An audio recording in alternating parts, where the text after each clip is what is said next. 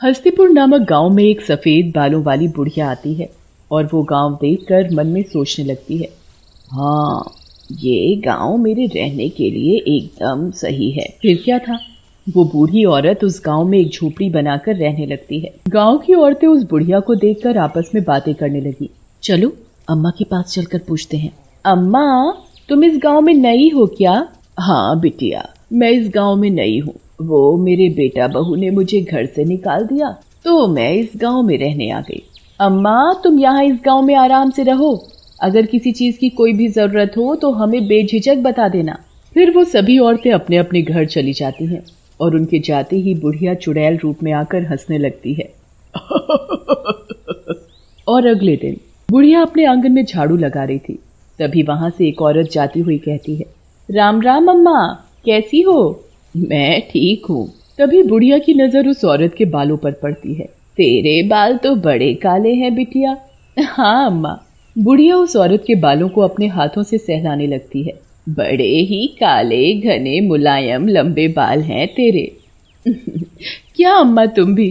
वो औरत वहां से चली जाती है, पर बुढ़िया उस औरत का एक बाल चुपके से तोड़ लेती है और उसे बड़े गौर से देखने लगती है। एकदम काला बाल।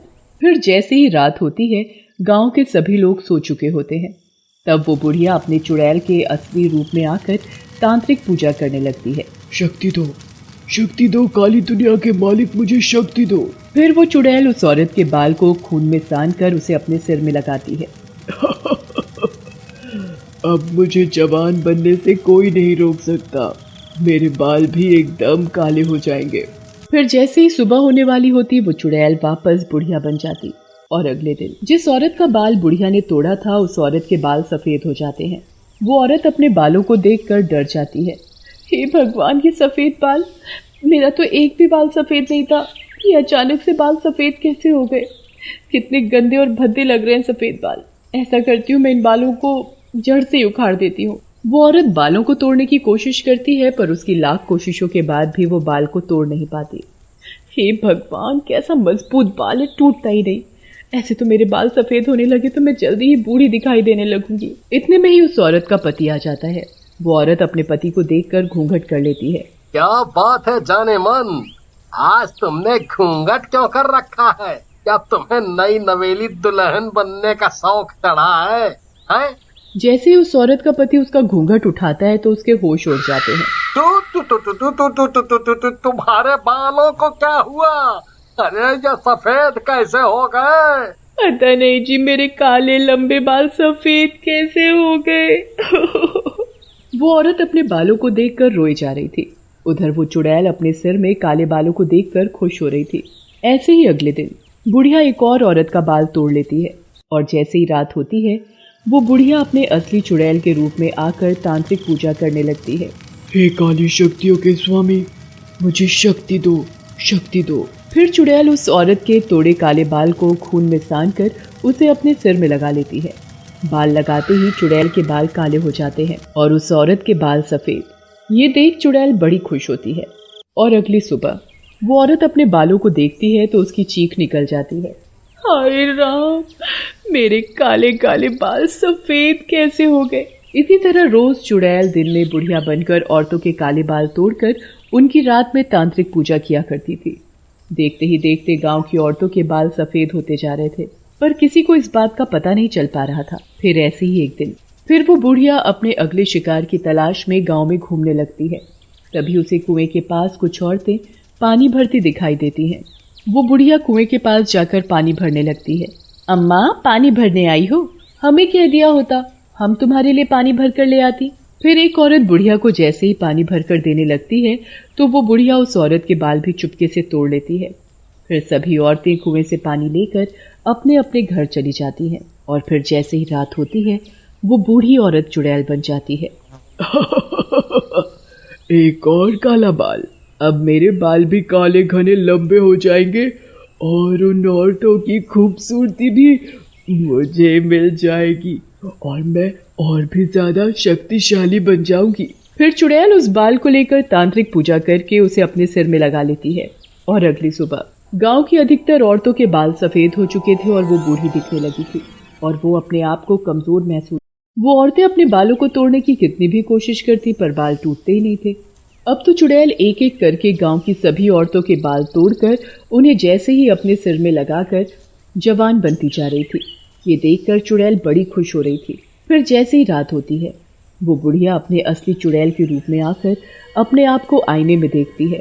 मेरे काले घने लंबे बाल कितने खूबसूरत लग रहे हैं।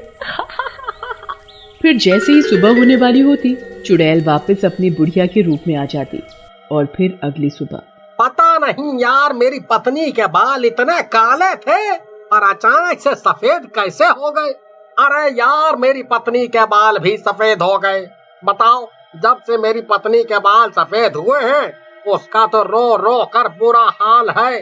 समझ नहीं आ रहा गांव की औरतों के बाल एकाएक सफेद कैसे होते जा रहे हैं। तभी वो सब आदमी देखते हैं कि बूढ़ी औरत कुएं पर पानी लेने के लिए जा रही है। वो सभी आदमी उस बूढ़ी औरत को देखकर चौंक जाते हैं। यार, जो मैं देख रहा हूँ क्या तुम भी वही देख रहे हो? हाँ यार, इस बुढ़िया के बाल तो सफेद थे पर इसके बाल एकदम काले कैसे हो गए हैं? यार, मुझे तो कुछ गड़बड़ लग रही है। इस बात का तो पता लगाना पड़ेगा। तभी गांव की कुछ औरतें घूंघट करके कुएं पर पानी भरने आई हुई थी। तभी एक औरत जमुना उन सभी औरतों से कहती है, क्या बात है, आज तुम सब ने घूंघट क्यों कर रखा है? वो ऐसे ही। तभी अचानक से हवा का तेज झोंका आता है और उन औरतों के सिर से घूंघट हट जाता है। ये देख सभी औरतें आपस में एक दूसरे को देखती हैं। अरे बिमला, तुम्हारे भी बाल सफेद? हाँ, और तुम्हारे भी बाल सफेद? फिर सभी औरतें एक दूसरे को देखकर कहती हैं, ये क्या चक्कर है, गांव की सभी औरतों के बाल सफेद कैसे होते जा रहे हैं? तभी वहाँ पर बूढ़ी औरत पानी भरने आती है। सभी औरतें बूढ़ी औरत को देखकर हैरान हो जाती हैं। अम्मा, तुम्हारे बाल काले कैसे हो गए? अरे बिटिया, तुम्हारे गांव का तेल ही ऐसा है, उन्हें लगाते लगाते बाल काले होते जा रहे हैं। अच्छा, मुझे पानी भर कर दे दो, मुझे खाना भी बनाना है। वो बूढ़ी औरत वहाँ से पानी लेकर चली जाती है, पर वो औरतें वहीं पर बैठी आपस में बातें करती हैं। मुझे तो कुछ गड़बड़ लगती है, अम्मा के बाल काले होते जा रहे हैं और हम गांव की औरतों के बाल सफेद। तभी बिमला कहती है, मुझे तो ये अम्मा कोई डायन लगती है। देखा नहीं कैसे इसके बाल काले घने लंबे होते जा रहे हैं और हम औरतों के सफेद। हम अभी से बूढ़ी लगने लगी है। हमें इस बात का पता लगाना पड़ेगा, आखिर इस बूढ़ी औरत के बालों का राज क्या है। हम आज ही रात को इस बात का पता लगाएंगे। फिर गांव की सभी औरतें और आदमी रात होने का इंतजार करते हैं। फिर जैसे ही रात होती है, गांव की सभी औरतें आदमी चुड़ैल की खिड़की के बाहर छुप कर देखने लगते हैं। जैसे ही बूढ़ी औरत अपने चुड़ैल के रूप में आती है, अरे अरे अरे अरे अरे ये अम्मा तो चुड़ैल है। तभी सभी लोग देखते हैं कि बाल को खून से सान कर वो अपने सिर में लगा लेती है। बस एक और बाल, फिर मेरे बाल पूरी तरह काले हो जाएंगे और मैं जवान हो जाऊंगी और इस गांव पर राज करूंगी। बस कल का दिन और। चुड़ैल की बातें सुनकर सभी लोग डर जाते हैं। इससे पहले कि चुड़ैल कल एक और बाल अपने सिर में लगाए, उससे पहले हमें कुछ करना होगा। हाँ, कल ही हम तांत्रिक बाबा के पास जाएंगे, वो हमारी मदद जरूर करेंगे। फिर अगले दिन गांव के सभी लोग तांत्रिक बाबा के पास जाते हैं और उन्हें सारी बात बताते हैं। कल चुड़ैल जैसे ही अपने सिर में बाल लगाए, उससे पहले ही सभी औरतें अपने बाल काट कर जला देना। चुड़ैल तुम लोगों का कुछ नहीं बिगाड़ पाएगी। फिर जैसे ही रात होती है, गांव के आदमी औरत चुड़ैल को छुपकर खिड़की से देखने लगते हैं। जैसे ही चुड़ैल खून से सना बाल अपने सिर में लगाने जाती है, तभी सभी औरतें अपने अपने सिर के बाल काट कर आग में जला देती हैं और बाल जलने के साथ ही चुड़ैल के बालों में आग लग जाती है। ये क्या, मेरे बालों में आग कैसे लग गई? मेरे बाल। फिर सभी गांववासी चुड़ैल के सामने आते हैं। अच्छा, तो ये सब तुम सब लोगों ने किया? मैं किसी को भी नहीं छोड़ूंगी, मार डालूंगी सबको। इससे पहले कि चुड़ैल उन लोगों तक पहुंचती, चुड़ैल जलकर मर जाती है और चुड़ैल के मरने के साथ ही गांव की औरतों के बाल पहले की तरह काले घने हो जाते हैं और वो ठीक हो जाती है। धवलपुर नामक गांव में चंदन नाम का एक लकड़हारा अपने 8 साल के बेटे के साथ रहा करता था। चंदन बहुत ही गरीब था। वो दिन भर जंगल में लकड़ियां काटता और शाम होने पर उन लकड़ियों को गांव के बाजार में जाकर बेच आता। एक बार की बात है, चंदन लकड़ियां काटने के लिए जंगल जा रहा होता है कि तभी उसका बेटा चिंटू चंदन से बोलता है, पिताजी, गांव के सभी बच्चे स्कूल जाते हैं, मुझे भी उनके साथ स्कूल जाना है, मुझे भी पढ़ाई करनी है, आप मेरा दाखिला भी स्कूल में करा दीजिए ना। बेटा, मैं तो कब से तेरा दाखिला स्कूल में कराना चाहता हूँ, मगर क्या करूँ, लकड़ियाँ बेचकर भी मैं इतने पैसे नहीं इकट्ठा कर पाता हूँ कि तुझे स्कूल भेज सकूँ। तो ठीक है, जब तक आप मेरा दाखिला स्कूल में नहीं करा देते, तब तक मैं आपके साथ जंगल जाकर लकड़ियाँ काटने में आपकी मदद करूँगा। नहीं नहीं बेटा, मैं तुम्हें अपने साथ जंगल में नहीं ले जा सकता। अगर किसी जंगली जानवर ने तुझ पर हमला कर दिया तो फिर मेरा क्या होगा? और वैसे भी तेरे सिवा इस दुनिया में मेरा है कौन? चिंटू अपने पिताजी की बात नहीं सुनता और उनके साथ जंगल में जाने की जिद करने लगता है। ठीक है बाबा, ठीक है, तू भी मेरे साथ जंगल चल, पर जंगल में जरा होशियार रहना, ठीक है? ऐसे बोलकर चंदन अपने बेटे चिंटू को जंगल में अपने साथ ले चलता है और वहां जाकर चंदन लकड़ियां काटने लगता है। चिंटू लकड़ियां इकट्ठा करने में अपने पिताजी की मदद करता है। इस तरह से चिंटू भी रोज अपने पिताजी के साथ जंगल जाया करता और लकड़ियां काटने में उनकी मदद कराया करता।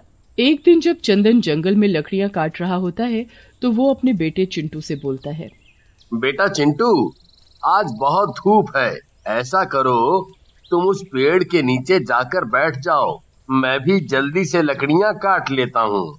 चिंटू सामने वाले पेड़ के नीचे जाकर बैठ जाता है और एक लकड़ी के टुकड़े से मिट्टी में गड्ढा खोदने लगता है। तभी उस गड्ढे में से एक सोने का सिक्का मिलता है, जिसे वो अपने पिताजी को दिखाता है। फिर चंदन उसी गड्ढे को और गहरा करने लगता है तो उसे उसमें से कुछ और सोने के सिक्के मिलते हैं। अरे वाह पिताजी, हमारे तो मजे आ गए, देखो तो ये सोने के सिक्के कैसे चमचमा रहे हैं। फिर चंदन और चिंटू सिक्के लेकर घर आ जाते हैं और उन सिक्कों को बेचकर वो भी अमीर हो जाते हैं। पिताजी, अब तो हम बहुत पैसे वाले हो गए हैं, अब तो आपको जंगल जाकर लकड़ियाँ काटने की भी जरूरत नहीं है।